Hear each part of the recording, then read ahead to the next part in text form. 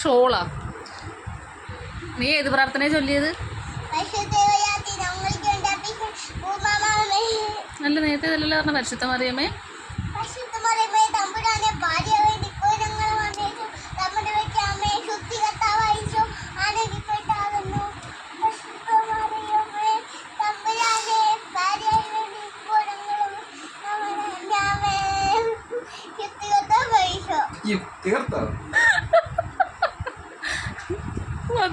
തമ്പുരാന്റെ ഭാര്യയാകാൻ ആര് വേണമെന്ന് പറഞ്ഞു? തമ്പുരാന്റെ ഭാര്യയാകാൻ പോണെന്ന് പറഞ്ഞാല് ഭാര്യയാകാൻ വേണ്ടി പോയാ ആര്?